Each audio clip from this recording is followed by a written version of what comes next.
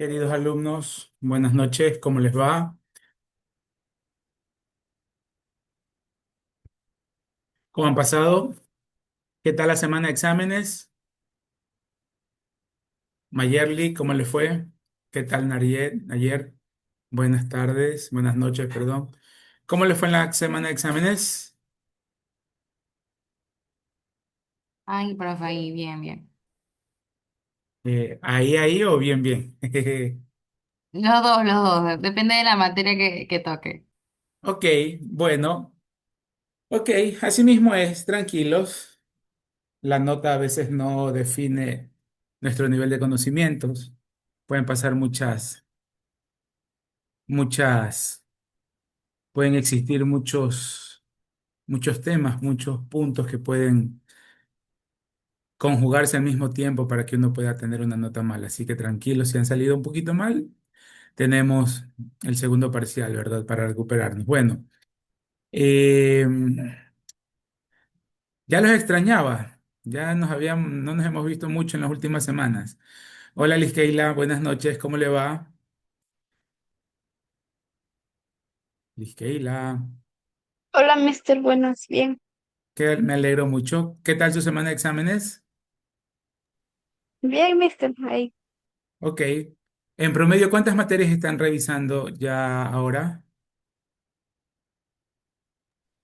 O sea, yo tengo 5. Cinco. ¿Y ya el próximo semestre usted ya entra a materia integradora? No, el No todavía. siguiente. El siguiente todavía. Ok, perfecto, no hay problema. Bueno, gracias por platicar un poquito, conocer cómo les ha ido. Bueno, en nuestra asignatura, todo bastante bien, ya están subidas las notas al sistema, espero que ya las hayan revisado. Bastante bien. El segundo parcial sí va a tener obviamente un nivel de dificultad mucho más grande. Vamos a hacer muchas más actividades y tareas, toda vez que se conjugan dos temas que están relacionados, pero tienen una dificultad básicamente porque no es de nuestro día a día. Y que ya empezamos un poquito las dos últimas sesiones en el parcial pasado, que era el tema de renta sociedades. Y luego por ahí vamos a ver también el ICT, aunque ya lo vimos un poco, ya se los presenté en las primeras sesiones de clases. Entonces, sí, más concentradito, o sea, estuvieron bastante bien, pero me refiero a que presten muchísima más atención para este segundo parcial porque la complejidad va a aumentar, ¿ok? Bien, nos habíamos quedado un poco revisando la conciliación tributaria, ¿verdad?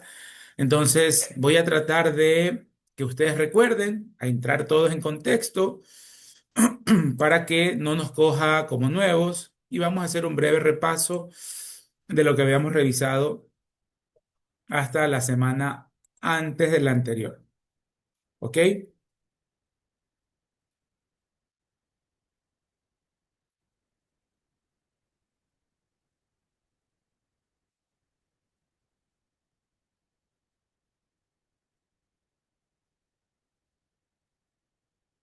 Bien, nosotros habíamos platicado un poco que el tema de la conciliación tributaria, pues es un tema o es un procedimiento, mejor dicho, que lo deben realizar todas las compañías, todas, absolutamente todas, y también las personas naturales obligadas a llevar contabilidad, ¿sí? Ellos deben realizar este cálculo, que no es otra cosa que practicar ajustes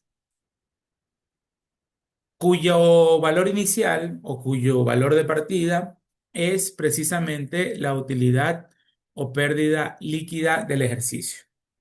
Esa utilidad o incluso pérdida, ojo con eso, ¿no? Les pongo un ejemplo ahorita.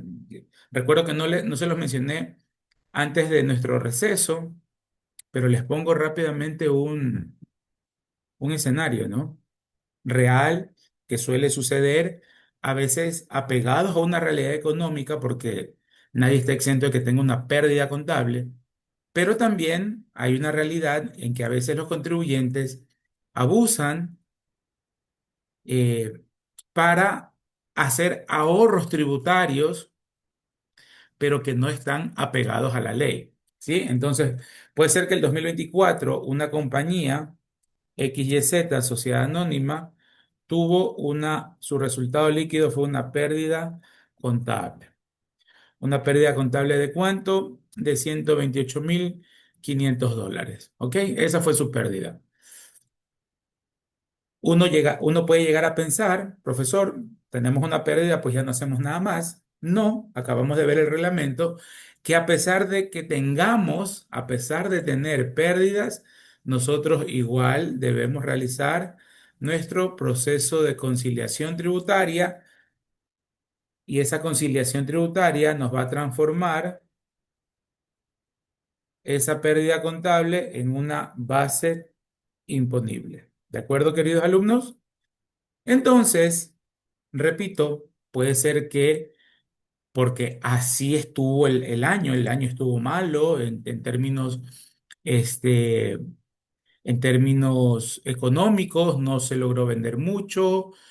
Estos temas exógenos de la economía que están lamentablemente sucediendo con más fuerza en los últimos años, el tema de las vacunas, de las extorsiones, para hablar con mayor propiedad. Y eso puede hacer que, obviamente, anotaciones 26 de noviembre. Y eso puede hacer o puede resultar en que tengamos una pérdida. Han bajado considerablemente las ventas o los costos y gastos han subido desproporcionadamente. Cuestión es que tenemos una pérdida contable. Si es en buena lid, si es que en efecto la realidad económica así lo refleja, pues no hay ningún problema. Sin embargo, obviamente, aquí los que quieren siempre estar torciendo la ley, ¿qué es lo que se van a ahorrar de entrada? La participación a trabajadores en las utilidades de la compañía.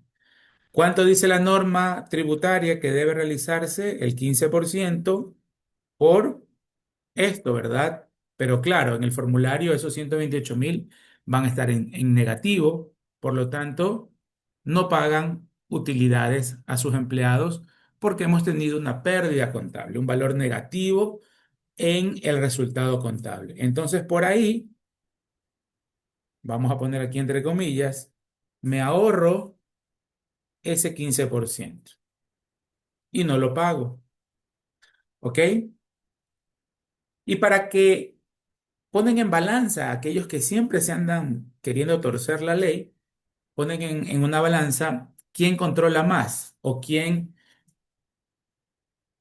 de las dos instituciones, cuál es la que menos controla. La que menos controla es el Ministerio de Trabajo. Entonces, dale tranquilo, aumentémonos los gastos contables, llevemos doble contabilidad, lo que es peor. Eso es un delito tributario penado con cárcel para representante legal y contador. Aumentémonos los gastos o no declaremos todos los ingresos. Total, no nos revisan.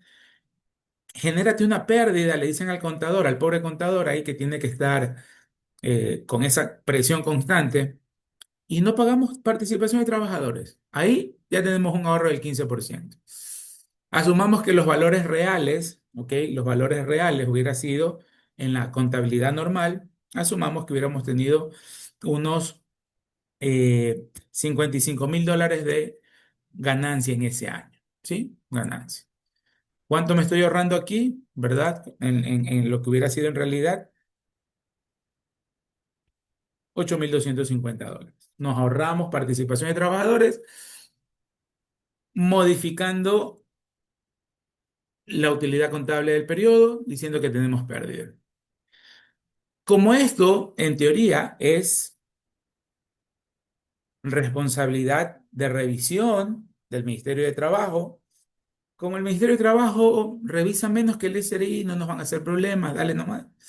Pero como el SRI sí nos está revisando o puede revisar un poquito más que lo que hace el Ministerio de Trabajo, ok, no le paguemos nada, porque si yo tengo una pérdida contable, tentativamente uno llegaría a pensar de que no voy a pagar nada. Ok, aumentémonos la base con gastos no deducibles locales.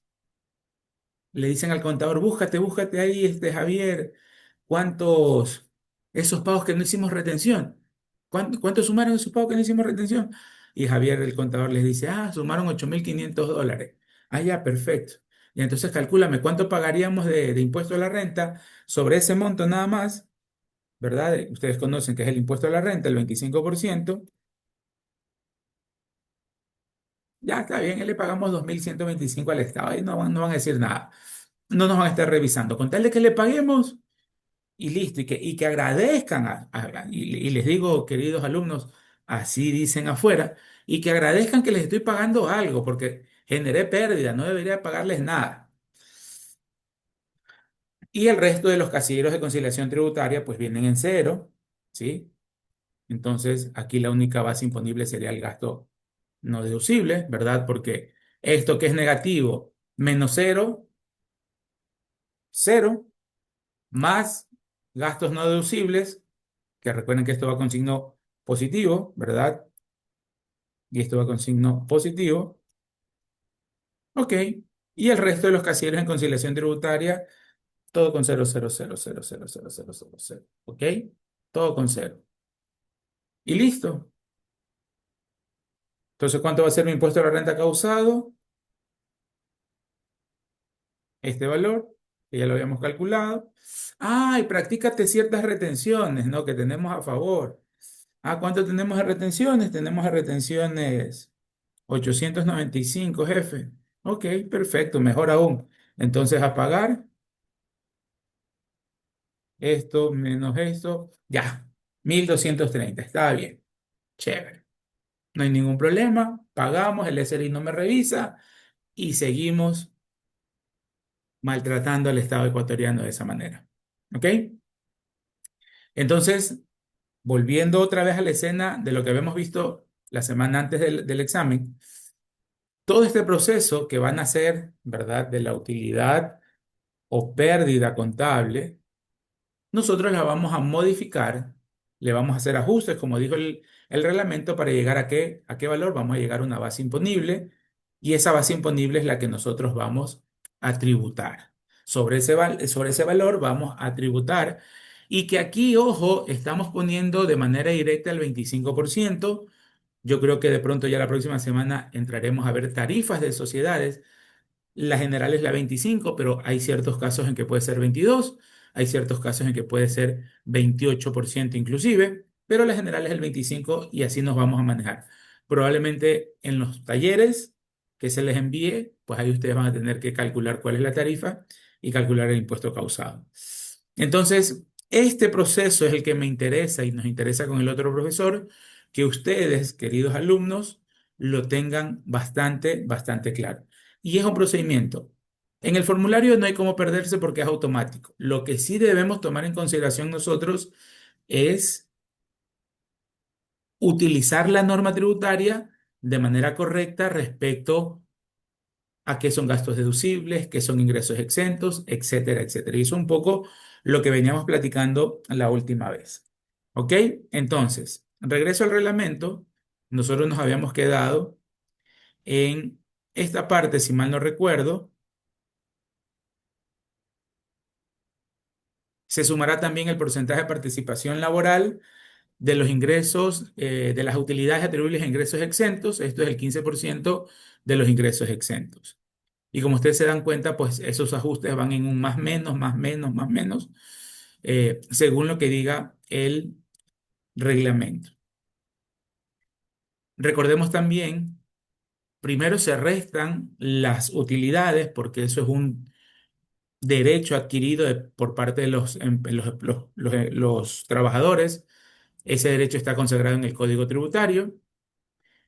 Se resta el valor de los ingresos exentos. Recordemos por qué hay que restar los valores, los ingresos exentos, porque arriba esta utilidad contable, ¿sí? Esta utilidad contable venía arrastrando o venía siendo calculada, perdón, venía siendo calculada con la totalidad de los ingresos, es decir, la sumatoria, es decir, arriba venían con signo más.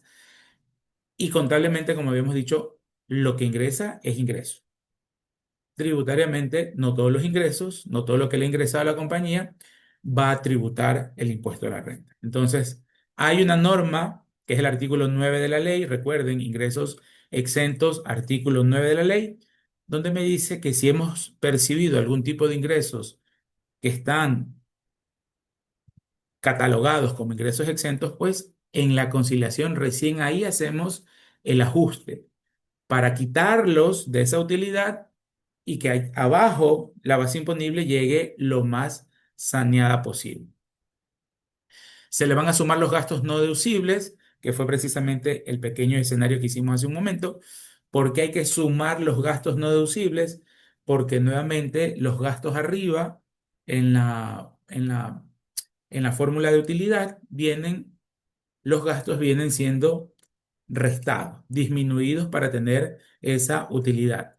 Entonces, para que ocurra el efecto contrario de que yo sí deba pagar por aquellos gastos que no debo descontarme, lo sumamos para que exista el efecto contrario o en otras palabras, el neteo. Y por esa razón, el efecto tributario que tienen los gastos no deducibles, sean locales o del exterior, ¿cuál es el efecto? Que sobre ese monto vamos a pagar el 25% del impuesto a la renta.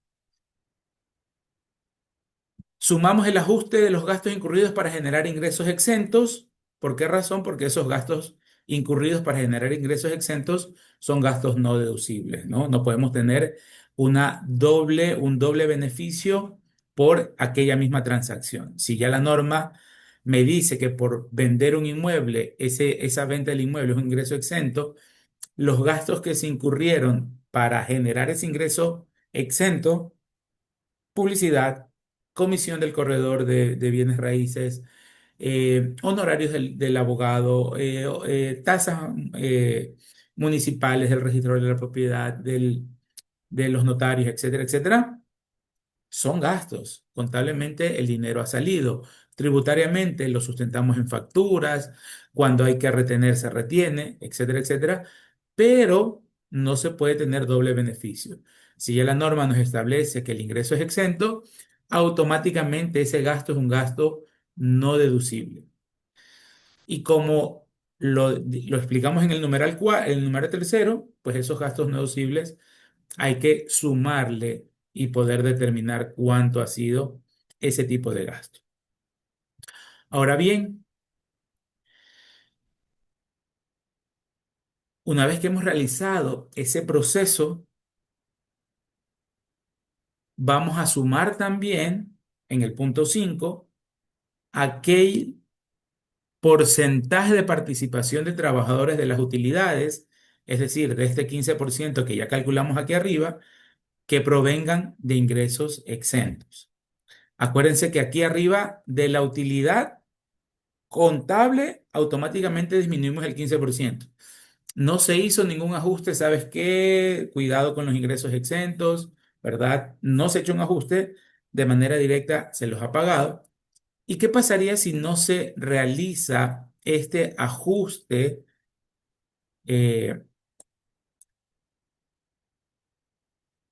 del porcentaje de utilidades atribuibles a ingresos exentos? Obviamente, primero se lo suma para que se netee con el punto número uno, ¿sí?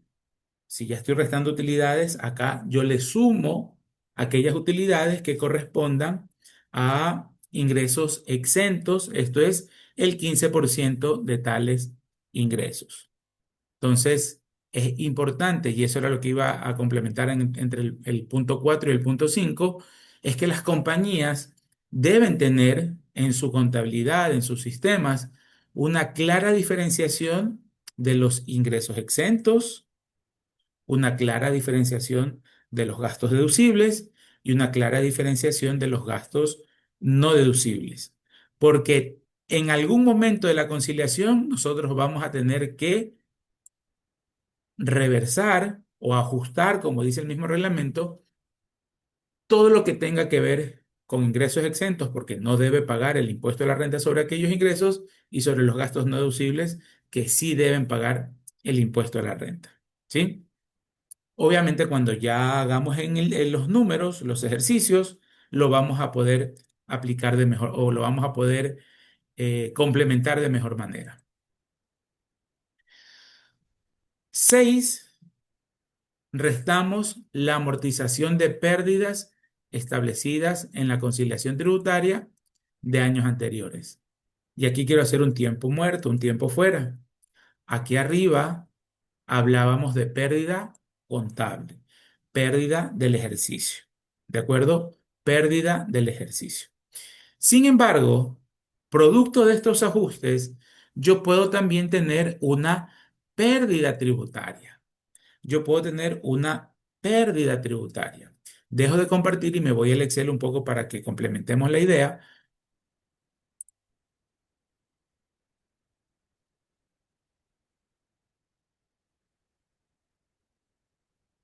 Y aquí nosotros le vamos a modificar para que no exista nombre, una pérdida contable. Y acá vamos a generar una, mejor dicho, le generamos una copia y acá le vamos a poner pérdida tributaria. Y ojo, que para que tengamos pérdida tributaria acá, que esta base imponible sea negativa, también pueden darse muchos escenarios. ¿Ok? Iniciemos no con una pérdida contable, iniciemos con una utilidad contable de $128,000. Vamos a cambiar, vamos a borrar esto de aquí para no confundirnos con la hoja anterior y vamos a poner una utilidad contable de $198,652. Participación de trabajadores, el 15% de ese valor. De gastos no deducibles, ubiquémosles 18,600, ¿sí? Y aquí incluyamos rápidamente aquel casillero que habla de deducciones adicionales. Aquel casillero que habla de deducciones adicionales. ¿Ok? De deducciones adicionales. Profesor, ¿cuáles son esas deducciones adicionales cuando contratamos a personas con discapacidad para que trabajen en nuestra compañía? Cuando contratamos a mujeres por generación de nuevos puestos de empleo, cuando por ahí hacemos algún tipo de inversión en ciertos activos fijos específicos, la norma dice que hay deducciones adicionales y yo les voy a poner aquí que van entre el 150, hay otras, en la de mujeres que es el 140 y la mayoría de las deducciones adicionales va en el orden del 100%. Esto no es acelerar. Por ejemplo, si en el caso de los activos, ciertos activos que tenemos el 100% de deducciones adicionales, eso no es una depreciación acelerada, por si acaso. Eso es un beneficio tributario porque estamos adquiriendo un determinado activo que la norma contempla con este beneficio adicional. Entonces, asumamos que esas deducciones, entre todas las que yo puedo aplicar, ¿sí? Entre todas las que yo puedo aplicar, vamos a bajarle un poquito esto de aquí, vamos a ponerle mejor 87,620, ¿ok? Y esas deducciones fueron o estuvieron en el orden de $30,000, un valor bastante coherente. $30,000, ¿ok? $30,000. Y para efectos didácticos no tenemos más. Entonces la base imponible va a ser esta utilidad menos mis participaciones de trabajadores más mis gastos. No nos va a salir pérdida. Menos este valor. Ajá, todavía está bastante alta. Asumamos que esto fue de $130,000, esa deducción adicional. Y ahí sí, ¿no? La base imponible, nosotros nos va a dar un valor negativo, pero la base imponible, es decir, a efectos tributarios. ¿Ok? ¿Puede darse el caso? Sí, puede darse el caso y pueden existir muchísimas alternativas. Aquí, si incluso le bajamos más la utilidad contable, asumamos que esta utilidad fue de $17,000. Bajémosle los gastos no deducibles. De los gastos no deducibles fueron de $6,500. Y ahora si pongamos unas deducciones de 30,000, vamos a tener una base imponible negativa. En ese escenario, pues obviamente no vamos a pagar impuestos porque mi base imponible es negativa. El formulario no me va a generar el número negativo, me va a poner automáticamente cero. Y por ende, al tener una base imponible cero, por el 25%, cero de impuesto causado. ¿De acuerdo? De una vez explicarles que ya está ahí las retenciones. ¿Le habrán hecho retenciones a la compañía? No hay ningún problema. O retenciones de renta, pues no. Por $895. Si no le debo pagar impuesto al Estado, pero me retuvieron 895, esto ya no pasa a llamarse impuesto a la renta a pagar, sino que se llama un crédito tributario o también conocido como un saldo a favor y en este caso por pago indebido. Profesor, ¿por qué por pago indebido? Porque no le debí pagar nada al Estado, sin embargo me retuvieron. El resultado final del año no debí pagarle nada al Estado, pero igual me retuvieron. ¿Qué hubiese pasado? ¿Qué hubiese pasado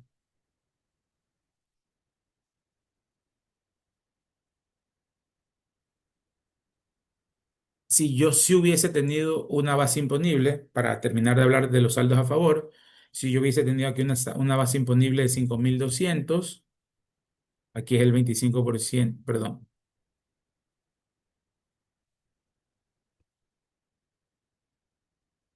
1.300 y tengo de retenciones 1.590.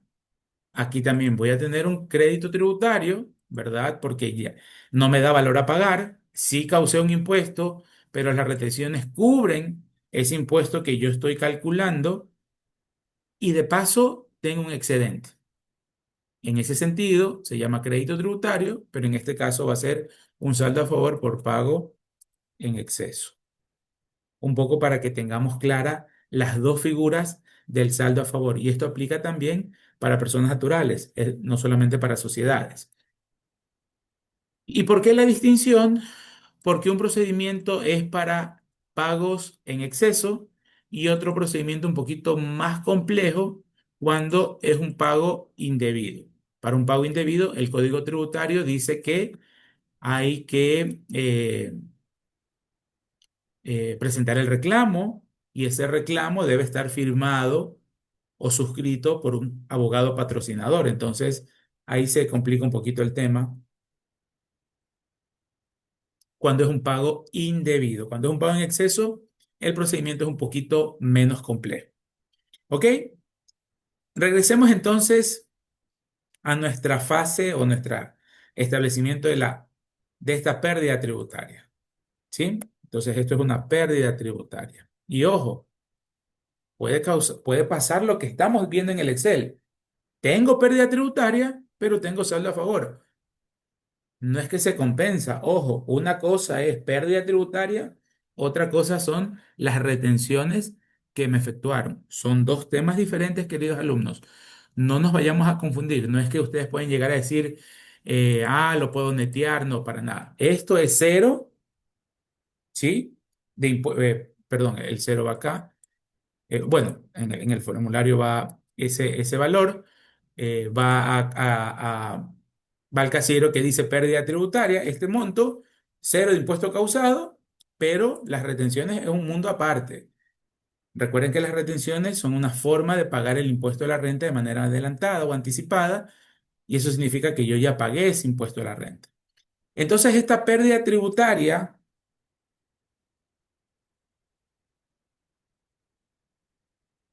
la norma me genera o me da un beneficio para el contribuyente. Naturales obligadas a llevar contabilidad o sociedades. ¿Y cuál es el beneficio de esa pérdida tributaria?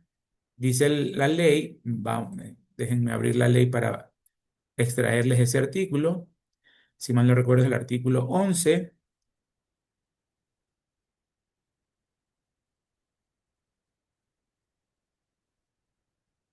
pérdidas tributarias.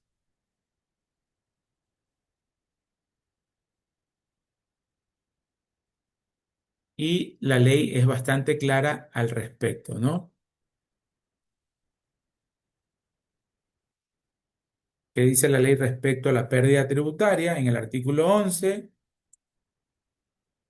las sociedades, las personas naturales obligadas a llevar contabilidad, pueden compensar sus pérdidas. Aquí está el punto clave, ¿no? ¿Cuál es el beneficio que yo puedo compensar? Yo puedo compensar esa pérdida tributaria. Yo puedo compensar las pérdidas sufridas en el ejercicio impositivo. ¿Con qué las voy a compensar? Con las utilidades que yo obtenga en los siguientes 5 periodos a continuación, pero sin que exceda en cada periodo el 25% de las utilidades obtenidas. Entonces, si este ejercicio era ejercicio fiscal 2024, si este ejercicio era 2024, primero, ¿qué dice la norma? Esa pérdida yo la puedo compensar en los 5 periodos impositivos siguientes. Entonces, este estado o el ejercicio fiscal 24 va a ser mi año cero, ¿verdad? Y la norma me dice que yo puedo compensarme en los 5 siguientes ejercicios fiscales. 2025, 2026, 2027. Ah, caramba. Me disculparán si hablo un poquito pausado y lento. Tengo la garganta con mucho dolor, así que estoy tratando de dosificar. 28 y 29. Entonces, claro, aquí nosotros vamos a decir, este es el año uno, este es el año 2, este es el año 3, el año 4 y el año 5. Hasta ahí no estoy haciendo ningún cálculo, queridos alumnos. No estoy haciendo ningún cálculo, solo estoy detallando hasta cuándo yo puedo compensarme esa pérdida. Subo un ratito, la pérdida es chiquita, es muy probable que la compense, no necesite llegar hasta el año 5 para compensarla, es muy probable, ¿ok? Pero todo va a depender. Este mundo, esta parte de aquí, quiero que ustedes se guarden esto.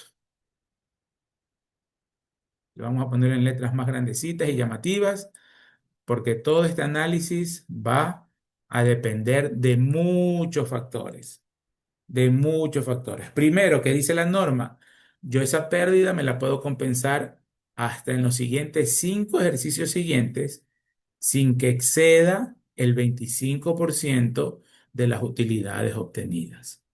Sin que exceda el 25% de las utilidades obtenidas. Entonces ahí viene mi primer depende. Hasta en 5 años. Es decir, profesor, que si yo me la compenso en el año 2, ¿me la compensé? Claro que sí. Profesor, si me llego al año 5 y ahí termino de compensarla, no hay ningún problema. Ningún problema. El otro depende. Profesor, llegamos al año 5 y todavía nos quedó un valor de pérdida tributaria por compensar. Lamentablemente, valga la redundancia, perdió ese valor. Ya no lo puede compensar. Recuerden que estamos en derecho público y en derecho público solo hacemos lo que dice la norma y la norma dice que yo solo puedo compensármela hasta en 5 periodos siguientes y ahí dice sin que exceda en cada periodo el 25% de las utilidades obtenidas.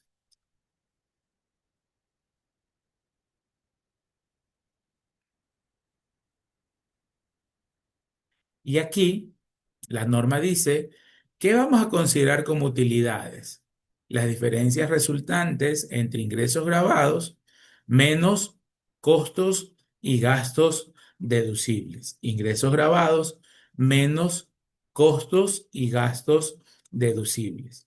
Eso va a ser la base para calcular ese 25%. Entonces, asumamos.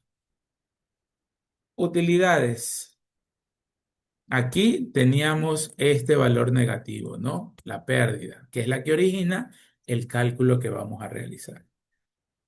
Asumamos que el año 25 un poquito nos recuperamos y tuvimos una utilidad calculada de ingresos grabados menos gastos deducibles, ¿sí? Ingresos grabados menos gastos deducibles, ¿sí? Menos costos y gastos deducibles. Asumamos que en el ejercicio fiscal 25 empezamos a recuperarnos un poquito y estamos teniendo una utilidad de $2.000.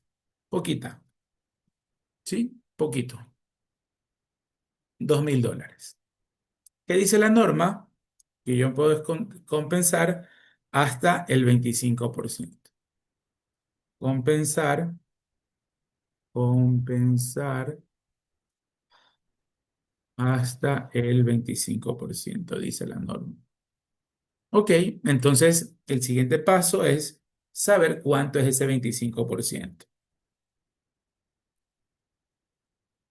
Significa que bajo los resultados del 2025, los 8.523, yo solo puedo compensarme $500.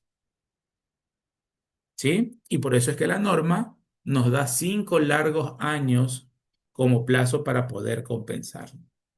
Entonces, ¿me puedo compensar toda la pérdida en el primer año? Obviamente la respuesta va a ser no, ¿verdad? Entonces ahí tenemos que hacer en nuestro eh, papel de trabajo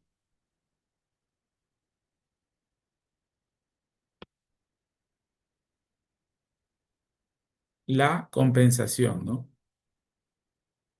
¿Cuánto nos queda por compensar de la pérdida del año anterior? $8.023. El 2026 nos estamos recuperando un poquito más, y ahora generamos $10.500 de utilidad. ¿Cuánto me puedo compensar de la pérdida que vengo arrastrando? 2.625. La siguiente pregunta es, ¿cuánto tengo por compensarme? 8.023. ¿Me puedo compensar los 8.023? La respuesta va a ser no. ¿Cuánto solamente me puedo compensar? Los mismos 2.625 y me quedan por compensar todavía 5.398.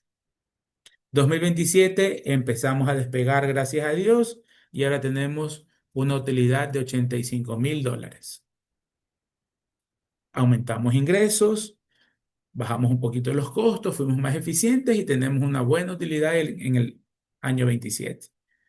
Nuevamente calculamos de esos $85.000, ¿cuánto puedo compensarme? Hasta 21.250. Perfecto. La siguiente pregunta, ¿cuánto me queda por compensar? 5.000. La base que tengo para compensar me cubre la totalidad de lo que está pendiente por compensar. Entonces aquí la respuesta va a ser sí. Y termina la compensación de la pérdida tributaria del año 2024 en el año 2027. Es decir, me tardé 3 años para compensar esos $8.523. Consideraciones generales. Al tener una pérdida bastante baja o bastante chiquita, es probable que en el primero o segundo año siguiente lo compense.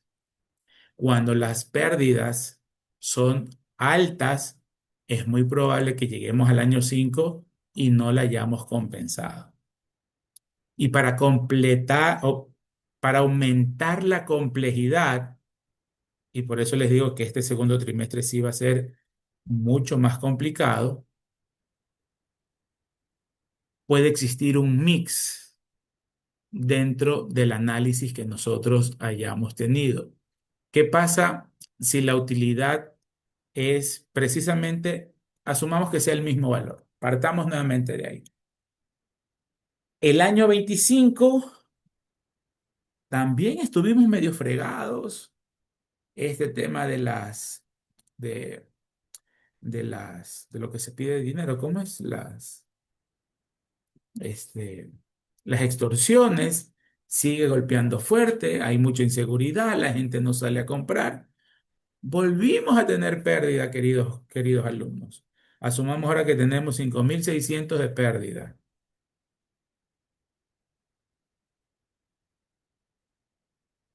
En ese escenario, ¿qué dice la norma? Yo me voy a compensar con el 25% de las utilidades obtenidas, pero yo tuve pérdida. ¿Me puedo compensar algo en el año uno? No, señores. ¿Cuánto me queda por compensar? El mismo valor. Y ya perdimos un año de los 5 para poder compensar esa pérdida. Y le añadimos la complejidad que les decía. Esta va a ser una nueva pérdida. Esta va a ser una nueva pérdida. Esta pérdida entra a la cola y también va a tener 5 años para poder compensarse. Sigamos siendo pesimistas. Volvimos a tener una pérdida, pero en este caso ya un poquito más baja. Perdimos y tuvimos un resultado de $889. Otra vez, ¿cuánto me puedo compensar del primer año? Nada, porque no tuve utilidad positiva. ¿Cuánto me puedo compensar de la segunda pérdida? Nada, porque no tuve una utilidad positiva. Entonces, por compensar, y aquí le podríamos añadir, ¿no? Año uno, o mejor dicho, por compensar, pérdida uno, por compensar, pérdida 2.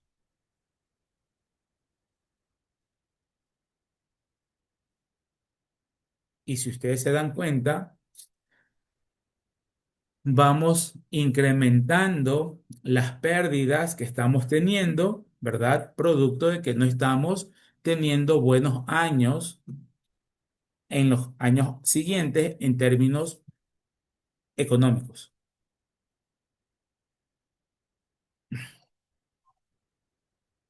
¿Ok? ¿Qué pasa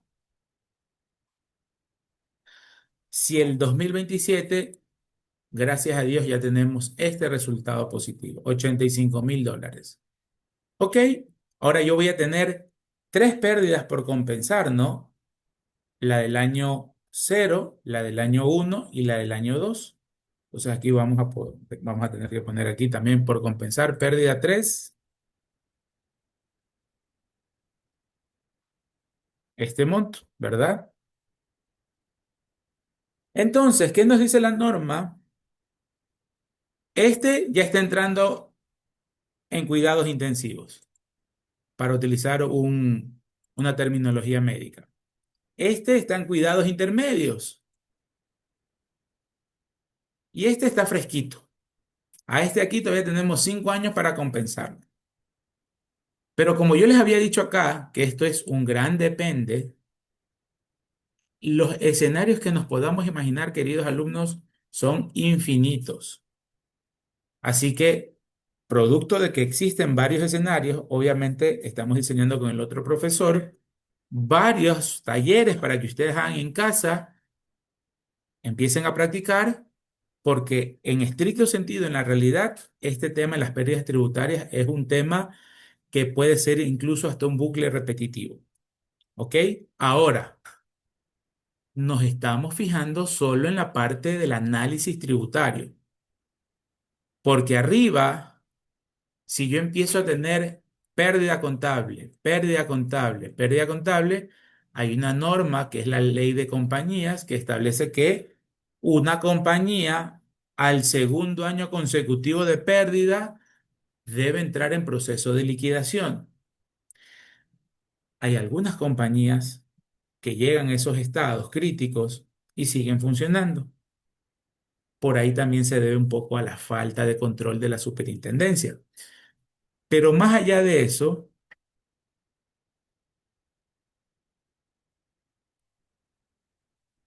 uf, se me fue la sangre al piso. Sí estamos grabando, ¿verdad? Sí, Sí, sí. profe. Gracias. Gracias, querida Nayet. Ay, no sé por qué no vi el foquito y yo dije, ouch. Bueno, apartándonos un poquito de la parte tributaria, ¿qué pasa cuando una compañía está teniendo pérdidas de manera consecutivas? No caigamos en que lo hacen a propósito, sino es que otra vez partamos del hecho de que es el fiel reflejo de lo que está pasando en la economía. Puede ser. ¿Qué pasa cuando una compañía, queridos alumnos, empieza a tener problemas de liquidez? Para ello hay razones financieras, ustedes conocen la razón de la prueba ácida, la razón de liquidez, que es más o menos la relación entre activos circulantes para pasivos circulantes. La prueba ácida es la misma fórmula, pero arriba se le restan los inventarios. Si esa compañía está teniendo, si es que realiza un análisis presupuestario, si es que realiza un análisis financiero donde va haciendo controles, obviamente los responsables en algún momento pues van a tener que tocar la puerta al gerente y decirle, mire, estamos teniendo problemas de liquidez, estamos ya llegando a un nivel de endeudamiento bastante alto. ¿Qué hacemos? ¿Cómo nos apalancamos? Bueno, sigamos pidiéndole prestado a los bancos o lo que la superintendencia en compañías establece es que son los socios quienes deben estar entrando al rescate de la compañía capitalizando. ¿Ok? Por esa razón es que las supercompañías dice que a partir del tercer año, si usted ya ha tenido 2 años de manera consecutiva con pérdidas, usted debería entrar en un proceso de liquidación de la compañía. ¿Ok? Fuera de ese tema tributario, es válido mencionarlo. Y ahora sí, volviendo a la temática tributaria, este escenario puede darse que 3 años estén teniendo pérdidas tributarias, ¿no? Que no necesariamente son pérdidas contables, son pérdidas tributarias. Entonces aquí, como les dije, puede haber un sinnúmero de escenarios y asumamos que el tercer año, el cuarto año, mejor dicho, ya generamos números verdes, empieza a existir un respiro económico para la compañía y tenemos una utilidad de $85.000. ¿Cuánto dice la ley que yo me puedo compensar hasta el 25% sin que exceda en cada periodo el 25% de las utilidades obtenidas? ¿Cuánto es ese 25% de la utilidad obtenida? 21.500. Pregunto, ¿puedo compensarme la primera pérdida? Vamos a ver que sí, ¿no? Automáticamente yo me voy a compensar todo este valor, ¿no? Entonces, de esta primera pérdida, ¿cuánto me queda por compensar? Cero, porque ya me la compensé en su totalidad. ¿Tengo algún saldo adicional para poder compensarme? Sí, 12.727. En estricto sentido, vamos compensando conforme se han ido generando esas pérdidas tributarias. Entonces ahora vamos a compensarnos la pérdida 2. Pregunto, ¿el saldo que tengo por poder compensarme me alcanza para cubrir los 5.600? La respuesta es sí y me los cubre en la totalidad. Entonces me queda por compensar todavía un saldito de 7.127. ¿Y cuánto era la tercera pérdida? 889, le dice el contador. ¿Podemos compensarla en este año? Sí, podemos compensarla. Entonces, aquí termina el ciclo, o mejor dicho, el periodo para poder compensarme las pérdidas que en su respectivo orden, la pérdida del año 2024 me la compensé no en los 5, sino en 3 años. La pérdida del 2025 no me la compensé en 5 años, sino en 2 años. Y la pérdida del 2026 no me la compensé en 5 años, sino es que en solo en un año. Entonces, pueden imaginarse infinidad de escenarios que puedan existir o que puedan darse. Lo interesante aquí es que ese es un beneficio y ese beneficio, que es un cálculo que hay que hacerlo así aparte, cuando nos vamos a la conciliación tributaria, voy a dejar de compartir un poco el Excel.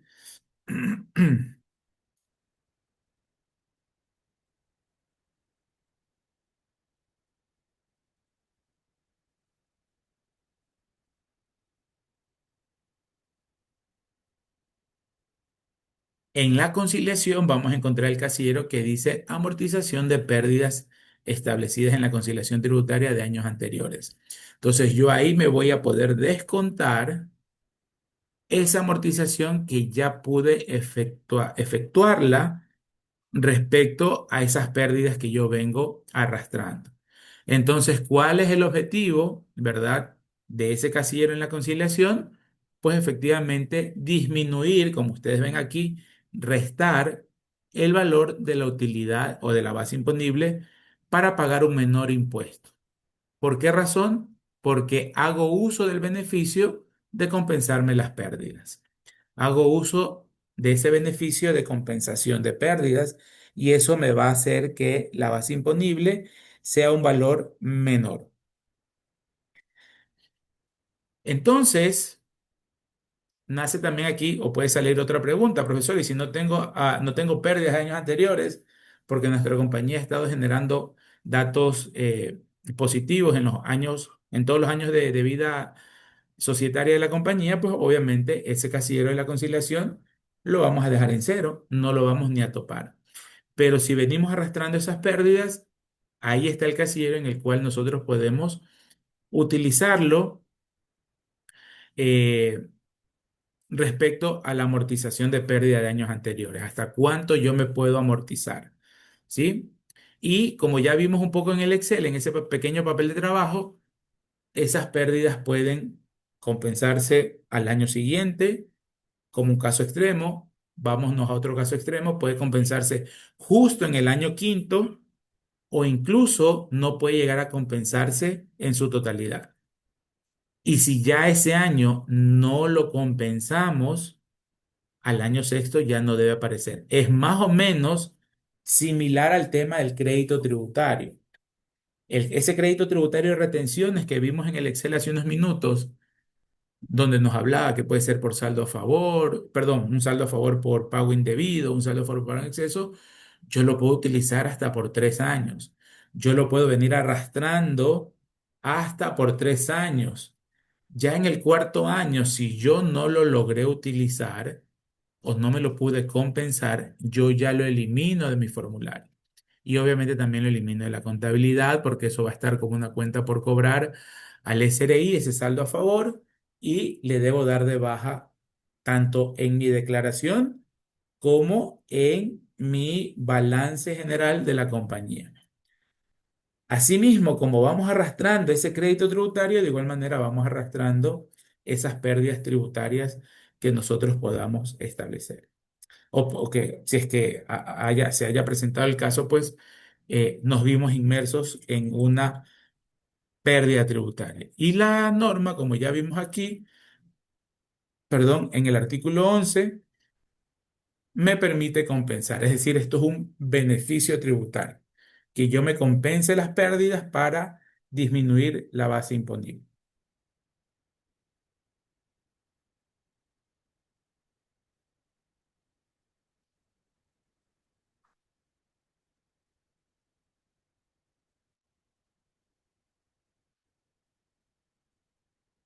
Ay, por gusto de compartir. Ok, entonces, una vez que hemos calculado las pérdidas anuales que podemos amortizar esos valores de hasta el 25% de la utilidad eh, generada en el ejercicio, esos valorcitos los calculamos aparte y lo ponemos en el respectivo casillero de amortización de pérdidas. 7, se restará cualquier otra deducción establecida en la ley a que tenga el derecho el contribuyente. Este numeral 7 es el famoso casillero 810 de la conciliación llamado deducciones adicionales. Deducciones adicionales. Y revisemos, por ejemplo, cuáles son esas deducciones adicionales para que ustedes la recuerden.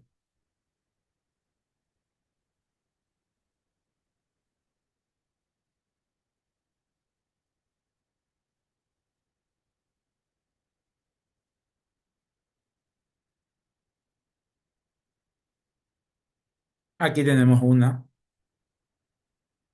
lo que yo les hablaba. Ustedes saben que es deducible la depreciación y la amortización de los bienes, ¿no? Conforme a su vida útil, corrección monetaria o técnica contable. Y en el reglamento veíamos los montos máximos que podemos utilizar como deducibles. Si me paso de esos montos máximos, impuesto diferido, le pago más impuesto en esos primeros años al Estado y luego lo compenso al momento de reversar. Eso de manera general. La depreciación de los activos fijos es un gasto general. Pero miren lo que dice la misma ley. Recuerden que estamos aquí arriba, estamos viendo la ley de régimen. La depreciación y amortización que corresponda por comprar maquinarias, equipos y tecnologías destinadas a la implementación de sistemas de generación distribuida para autoabastecimiento a base de energías renovables no convencionales, la adquisición de maquinarias que correspondan a implementar mecanismos de producción más limpia, la adquisición de maquinarias que correspondan a la implementación de mecanismos de generación de energía de fuente renovable, solar, eólico similares, y la adquisición de maquinarias que se destinen a la reducción del impacto ambiental de la actividad productiva y la adquisición de maquinarias que se destine a la reducción de emisiones de gases de efecto invernadero. Miren que hay no un sinnúmero, pero hay muchísimas alternativas de compra de activos fijos que me dan un 100% adicional.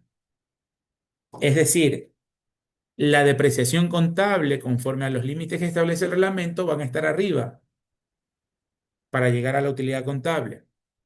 Aquí es otro beneficio que me va a disminuir la base imponible si es que yo compro este tipo de maquinarias.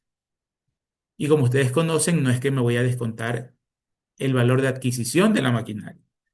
¿Sí? Si Liskeila es mi gerente de producción y Liskeila me dice, Javier, necesitamos comprar este nuevo alternador para que dé más potencia a la fábrica y cuesta $100.000, no es que voy a tener $100.000 de gasto deducible, voy a tener esos $100.000 repartidos en 10 años porque es la depreciación. En el tema de activos fijos, el gasto deducible es la depreciación de esos activos. Entonces vamos a tener $10.000 arriba en la parte de la utilidad contable. En la parte de la conciliación, repito, en ese casillerito 810, grábenselo por favor de memoria, grábenselo, me permite la norma descontarme aquellos valores adicionales. Ejemplo, la adquisición de estas maquinarias especiales. Un ejemplo rapidito. M- Maquinarias que se destinen a la reducción del impacto ambiental en la actividad productiva. Ustedes, si no conocen, se los informo. Las empresas que se dedican a elaborar cemento, Holcim aquí en Ecuador, Cemento Chimborazos allá en Riobamba, contaminan el ambiente, ¿verdad? En su proceso de trituración, de calentamiento, etcétera, etcétera, generan un determinado nivel de contaminación. Dentro de los permisos de funcionamiento, así como hay permiso de bomberos, permiso del municipio. En ciertas actividades económicas hay permisos especiales, como por ejemplo el permiso ambiental. Si alguien quiere ponerse una discoteca o un bar, tiene que pedir una autorización a la Intendencia de Policía. Entonces, ciertas actividades tienen ciertos permisos que solicitar. En el caso de estas cementeras, ellas deben solicitarle al Ministerio del Ambiente les realice un informe que los valore y que en ese informe se establezca que sí están aptos para generar su actividad o para continuar, porque esos permisos son renovados cada ciertos años o cada cierto tiempo.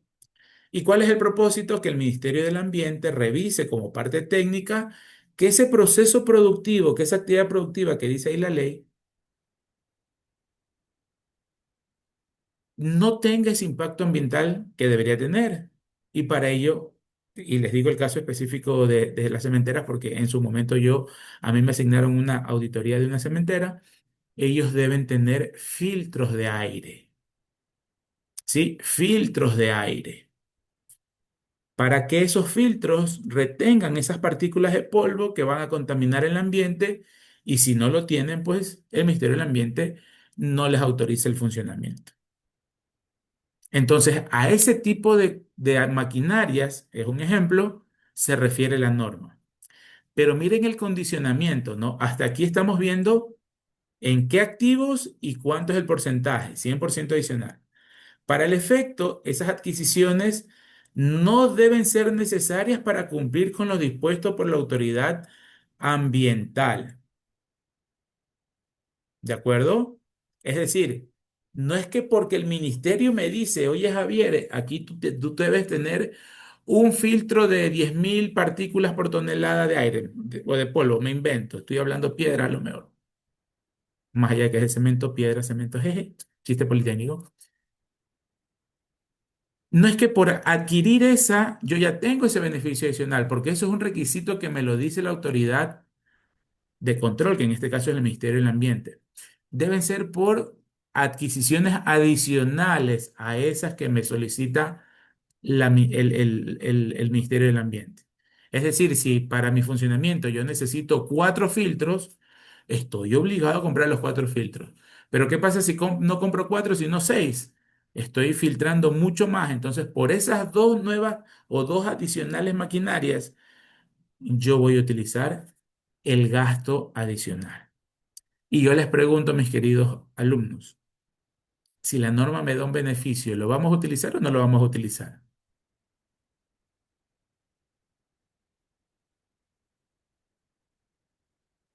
Obviamente que lo vamos a utilizar. Más que nada, porque este tipo de beneficios, como se dice en el ambiente educativo, no es directo a la vena, son los 2 puntos que regaló el profesor directo a la nota del examen. Acá son deducciones que van directo a disminuirme la base imponible automáticamente. Otro ejemplo de gastos adicionales,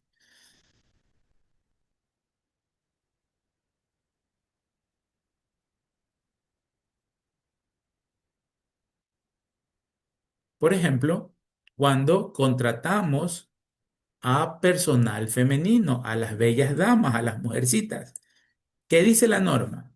Las deducciones que correspondan a remuneraciones y beneficios sociales sobre los que se aporte al IES, y aquí viene la condición, por crear una nueva plaza de trabajo destinadas a contratar mujeres. Será deducible hasta un 140% adicional. Entonces, miren, remuneraciones, sueldos y salarios, eso es gasto deducible siempre que se aporte al IES. Eso va a estar arriba en utilidad contable. Beneficios sociales, ¿son obligatorios pagarlos por parte de los patronos a los empleados? Claro. Código de Trabajo, Ley de Seguridad Social lo dice, también es deducible. Entonces, no estamos hablando, o sea, sí, estamos hablando de esos rubros, pero lo que me corresponde pagar por ley, eso van a estar arriba en utilidad contable. El beneficio adicional que estamos leyendo ahorita es a nivel conciliatorio. Otra vez, en ese famoso casillero, 810 deducciones adicionales. Entonces, por generar nuevas plazas de trabajo, pero que esas plazas de trabajo estén destinadas para que sean ocupadas por mujeres, tengo ese beneficio del 100, ahora ya no es el 100%, es el 140% adicional. Suena bastante interesante. Entonces, si este cambio que se introdujo, miren, aquí en el 2023, si este cambio se mantiene por muchos años más, cuando ustedes ya sean colegas míos, ya estén titulados y estén empezando a tener sus clientes, esta es una de las recomendaciones más usadas al momento de decirle al cliente, aquí tenemos para hacer una planificación tributaria legal, jurídica, apegada a la norma, no torciendo la norma. ¿Tiene la necesidad de contratar, estimado Ángel, en su negocio de computadora? Contrate mujercitas. Daniela, ¿tiene la necesidad en su compañía de contratar, de aumentar las plazas de empleo? Perfecto. Contrate mujeres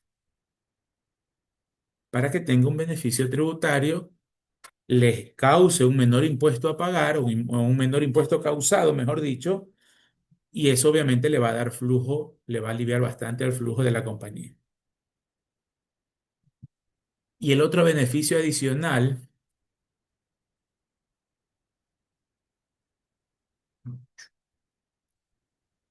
es, por ejemplo, los gastos de promoción y publicidad, pero por patrocinio a deportistas, instituciones educativas, por fomento a las artes, pero no me sale el famoso de tercera edad. Aquí está. Son deducibles, ¿verdad? Sueldos y salarios. Artículo 10 de la ley, gastos deducibles. Artículo 10 de deducciones. Ahora, de esos gastos, de esos sueldos y salarios que correspondan a remuneraciones o beneficios sociales por pagos a discapacitados o trabajadores que tengan cónyuge o hijo con discapacidad, la compañía o el patrono se puede descontar el 150%. Este de aquí es muchísimo más sencillo de poder calcularlo. El de Mujercitas también es sencillo, lo veremos en su momento.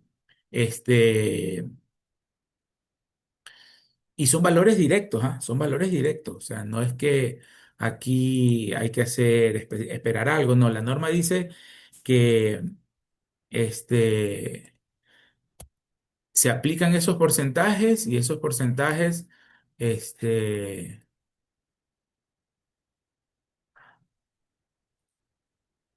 no sé si en su momento ya les mostré este archivito.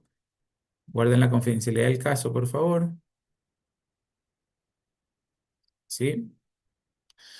Aquí les... A ver, ha habido un chat.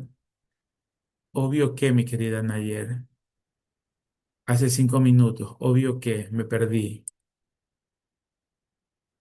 Era de que usted preguntó de que si nos dan beneficios los vamos a tomar. Entonces dije, obvio. Ah, ya. Gracias. Gracias. Muy amable, gracias. A ver, aquí, este es de un cliente, ¿sí? Tiene su empleado con discapacidad. Tiene 50% de discapacidad. Eso no es tributario. Me refiero a que la calificación es por el IES, por el Ministerio de Salud. Una vez que las compañías donde ustedes trabajan, o donde ustedes vayan a asesorar, tienen el empleado y ya está calificado, tributariamente aplicamos. Es el beneficio más directo de aplicar. Esta persona gana 3.000 al mes, ¿sí? Se hace la sumatoria de los 12 meses, ¿verdad? No es nada, no es ninguna ciencia. 36.000. Se calculan los beneficios sociales, ¿verdad? Que habíamos visto que dice la norma, se le sumarán los beneficios sociales. Aquí el fondo de reserva es ese valor del sueldo por 8,33. El decimotercer sueldo es un mismo sueldo. El decimocuarto es el salario básico unificado. Las vacaciones es el sueldo dividido para dos o para 24 quincenas. Y se hace la sumatoria de sueldos más beneficios. Hasta aquí, hasta esta columna Y, contable. Registros contables, asientos contables, demás, etcétera, etcétera, el mayor de nómina, lo que ustedes ya conocen. Arriba en utilidad contable, en el balance, en estado de resultados. Aquí, desde la columna Z, empieza el análisis tributario. ¿Cuánto es el recargo? El 150 por este monto. Entonces, estos $65.000 son los que van a ir a parar al casillero 810 de deducciones adicionales. Y como ya les dije hace un momento, son deducciones directas a la base imponible. Y bueno, aquí el contador de esa compañía, pues lo que hizo fue sumar total beneficio, pero no en estricto sentido, el beneficio tributario es este. Es el 150% del sueldo o de remuneraciones y de beneficios sociales. ¿Sí? El de Mujercitas es bastante similar, solo que hay que tomar en cuenta, primero, eh, que deban tener al menos 6 meses de contrato en el año. Por eso cuando ustedes vayan a asesorar y repito, todavía esté vigente ese beneficio, ustedes díganle, contrátenlo hasta el mes quinto del año, no hasta el mes 6. De nada vale, perdonen, de nada vale que usted lo contrate en agosto, en septiembre, porque la norma dice que al menos estén al menos 6 meses. Usted quería Liskeila, usted ya la contrató a esa nueva empleada en octubre, no le sirvió de nada.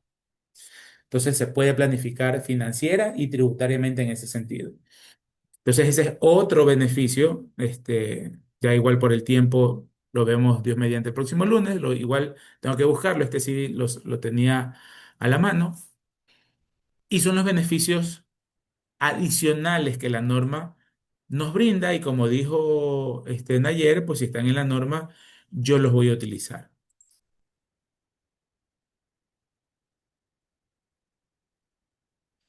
Ahora, una consulta que también hizo en su momento un cliente. Oiga, subí la declaración y me olvidé de poner esos beneficios adicionales. ¿Lo puedo hacer? Sí, siempre y cuando esté dentro del año, ¿no? Recuerden que las sustitutivas yo las puedo hacer siempre y cuando no haya pasado un año desde que presenté la declaración. Y en ese año yo puedo modificar hacia arriba o hacia abajo. Hacia arriba me refiero a que haya un impuesto mayor a pagar o hacia abajo que me disminuya el impuesto a pagar o que, por ejemplo, me aumente el crédito tributario. Yo lo puedo hacer en un año. Pasado el año, podemos hacer declaraciones sustitutivas, sí, pero solo si existe un mayor impuesto a pagar o si existe un decrecimiento, una disminución del crédito tributario del contribuyente. Eso entre paréntesis para que ustedes lo recuerden. De pronto también podría ser pregunta de examen, así como el artículo 47 de la ley que habla de la, de las retenciones de renta, hasta cuántos años se puede pedir, etcétera, etcétera. Entonces, eso respecto al numeral 7 del procedimiento llamado conciliación tributaria. Se sumará, ¿verdad? Se sumará cualquier ajuste practicado en la metodología de precios de transferencia. No recuerdo si fue en ayer o fue, cuál de las señoritas fue que preguntó la semana antes del examen que cuál era el beneficio de que entre compañías relacionadas de un mismo grupo económico manipulen los precios. Pueden haber desde motivos tributarios que quieren pagar menos, pero planificando abusivamente, o puede ser también por un tema de, ¿cómo es la palabra? De un impacto societario, por así decirlo, de que en la cotización de bolsa la casa matriz aparezca con mejores resultados, es decir, no es un tema, realizan precios de transferencia, pero no por un tema de evasión, sino por un tema de mejorar la situación financiera de casa matriz, que es la que cotiza en bolsa, y eso es atractivo para el mercado, etcétera, etcétera. Entonces, precios de transferencia ocurre cuando las transacciones de bienes o servicios son entre partes relacionadas. Si son entre independientes, no hay riesgo de precio de transferencia. Profesor, ¿qué es independiente? Espol y Javier Ruiz. Bueno, Espol es del sector público. Conecel, yo le pago mensualmente, ellos me brindan un servicio, yo lo pago mensualmente. Ni yo soy socio de Conecel o accionista de Conecel, ni mi esposa es accionista, ni mis parientes hasta cuarto grado de consanguinidad o segunda afinidad. No soy parte relacionada de Conecel. El doctor Marlon Conde va todos los meses a mi comisariato a comprar bienes de primera necesidad. Él no es accionista de mi comisariato, ni tiene parientes de hasta cuarto grado de consanguinidad o segunda afinidad con esa compañía. Es una transacción entre independientes, ¿sí? Pero cuando ya existe una relación, nace el riesgo de precios de transferencia. El riesgo. ¿Y cuál es ese riesgo? Que las operaciones de ingresos estén subvaloradas, es decir, estén más bajas de lo normal, o que las operaciones de compra o de gastos estén sobrevaloradas, es decir, más arriba de lo normal. Entonces, ¿cómo se sabe si está más o menos arriba de lo normal? Comparando. Ah, perfecto.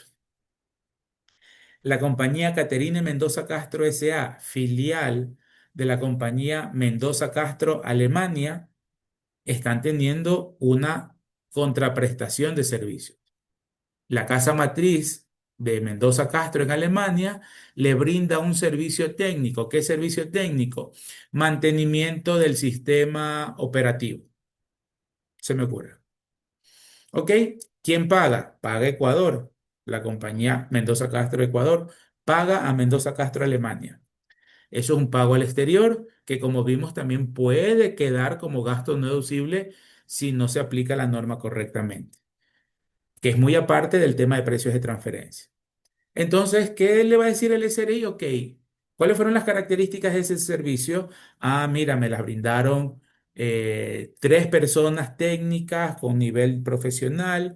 Se utilizó tal software para brindar el servicio. Fue un servicio personal, vinieron acá a Ecuador, o fue un servicio este, remoto que se lo brindó desde Alemania solamente con NIDs y se metieron a la compu, etcétera, etcétera. Perfecto. Características del servicio. El SRI va a decir, ok, voy a buscar en el mercado servicios parecidos o similares para saber cuánto lo valoraron, entre independientes, obviamente. Entonces, ¿qué pasa si independientes ese servicio o un servicio similar pagaron $1.000 mensuales? Va a revisar los precios entre relacionadas de ese servicio. Mendoza Castro Ecuador le pagó $800 a su relacionada Alemania. ¿Está bien? Si entre independientes estaba entre $1.000, usted le está pagando 800, no hay abuso, más o menos precios de mercado. Pero fuera diferente, si Mendoza Castro Ecuador le paga por ese servicio a Mendoza Castro Alemania, $8.000. Oye, pero si los independientes están dispuestos a pagar entre 1.000, 1.200, ¿cómo así usted pagó $8.000 mensuales por ese servicio? ¿Qué de especial tuvo ese servicio para que cueste $8.000? Pues no, porque entre terceros independientes nadie va a pagar esa cantidad. Usted está loco. Claro, no dicen eso, ¿no? Pero ¿cómo así Ecuador paga $8.000 cuando el servicio está en el mercado entre 1.000, $1.200? Se saca un rango, ¿no? Entonces ahí, para el SRI se confirma el riesgo, que en este caso ese costo de la compañía ecuatoriana está sobrevalorado. Entonces, la metodología le va a decir, oye, discúlpame, ese servicio no costó 8.000. Según lo que investigamos en el mercado, ese servicio está en promedio $1.200 y tú pagaste 8.000 al mes, ¿no? Obvio, se sacan datos anuales. Entonces, esa diferencia de $6.800 que tú estás pagando de más es el ajuste de precios de transferencia. Se los he puesto de manera sencillita, obviamente el proceso es un poquito más engorroso, no engorroso, es más técnico, pero a ese efecto va, de tratar de igualar los precios de bienes o servicios pactados entre relacionadas con bienes y servicios, con los precios de bienes y servicios pactados en el mercado entre independientes. Entonces, perdón, precio de transferencia siempre vamos a comparar. Comparo la transacción con la relación de las partes relacionadas, que pueden ser ingresos o gastos, ya les dije, y voy a compararla, a buscar en el mercado información de contratos similares, de servicios similares, si son productos de productos con características similares, etcétera, etcétera. Entonces, si se realiza ese ajuste, esos 6.800, que sería la diferencia de 8.000 menos 1.200, es un costo sobrevalorado. Esos 6.800 por 12 meses se tiene la glosa anual. Asumamos que de $90.000. $90.000 va en el casillero 811 que habla del ajuste de precios de transferencia.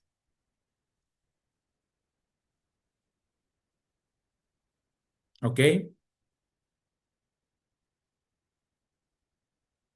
Aquí nos habla del que se resta el pago de los trabajadores, pero en esencia es en el mismo casillero 810, solamente que aquí la conciliación, o mejor dicho, el reglamento, hace un recorderis cuando se pagan empleados con discapacidad.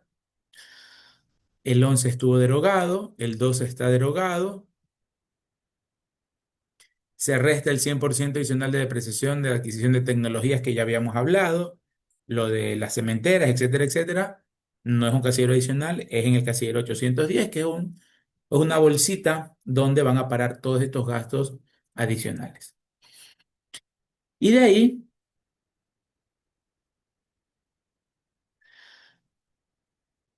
¿qué más dice?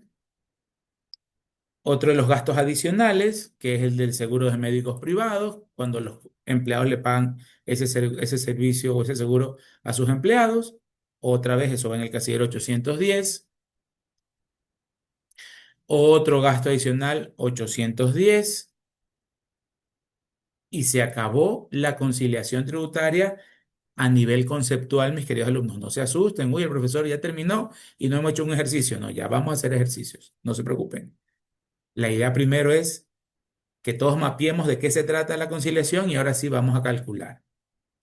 Entonces, todos estos pasitos que hemos venido dando, voy a subir un ratito. ¿Qué es lo que busca? Calcular, establecer, determinar la base imponible, el término que ustedes le quieran poner. De la contabilidad llego a la base imponible. ¿Mediante qué proceso? Conciliación tributaria que tiene 13, 14, 15, 16 pasos. ¿Se van a utilizar todos, profesor? No, depende de cada contribuyente. Al punto que quiero llegar es que, otra vez repetirles, de utilidad contable llegamos a base imponible. Entonces hacemos todos estos ajustes, como dice el reglamento, ajustes para llegar a un valor llamado base imponible.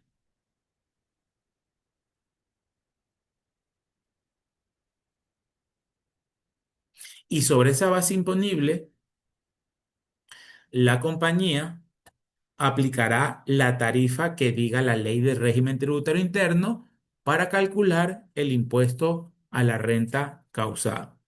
Y si soy una compañía, y si soy una persona natural obligada a llevar contabilidad sobre esa base imponible, no es que voy a aplicar el 25%. Eso es solo para sociedades. Las personas naturales tienen su tabla y se acogerán según su base imponible a la tabla que hemos venido manejando en el primer parcial.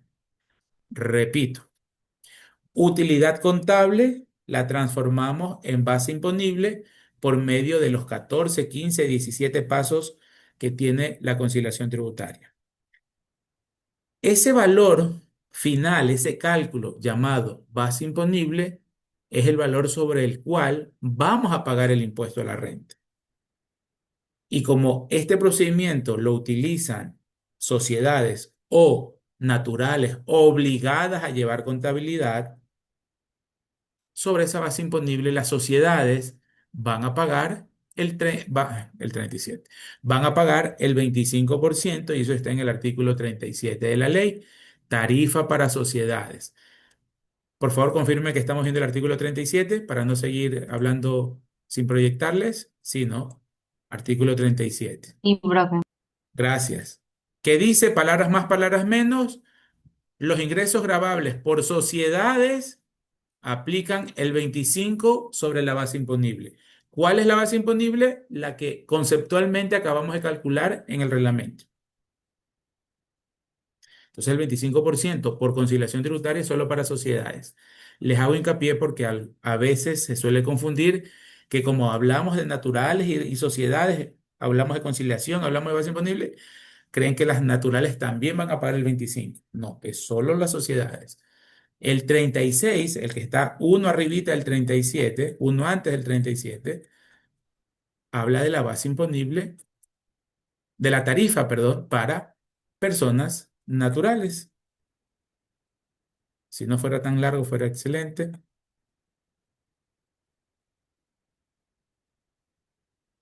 Artículo 36. Tarifa del impuesto a la renta de naturales y sucesiones en divisas. No nos dice solo para las no obligadas, no, naturales, cualquiera que sea ellas. Para liquidar el impuesto a la renta de las personas naturales, en las que se debe entender obligadas y no obligadas, aplicarán a la base imponible las tarifas contenidas. ¿Qué hemos visto en el primer, o qué vimos en el primer parcial? La mayor parte. El arquitecto Javier Ruiz tiene su actividad por el servicio profesional, le facturó 100.000, de gastos tuvo 75.000, base imponible $25.000. También tiene una farmacia que tuvo ingresos de 80.000 y tuvo gastos de 10.000, base imponible 70.000, ingreso menos gasto. Sencillito. Solo que para las obligadas debemos hacer el mismo procedimiento, pero nos da como resultado de igual forma base imponible. Y la base imponible la liquidamos conforme a la tabla de personas naturales. Si soy sociedad, artículo 37, 25%. Preguntas, chicos, por favor, preguntas, queridos alumnos.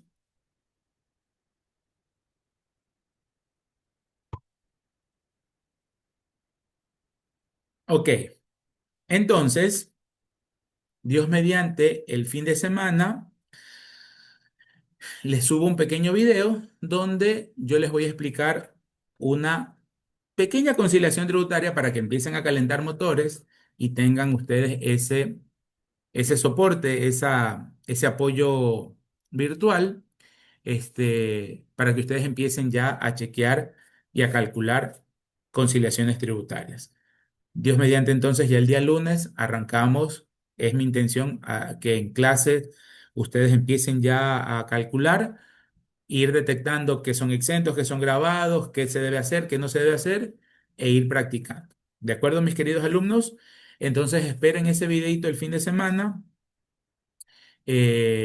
para que ustedes tengan esa información. ¿De acuerdo? Entonces cuídense mucho, damos por culminada nuestra sesión del día de hoy y que tengan un bonito fin de semana, ¿ok? Cuídense mucho. Pasen bien.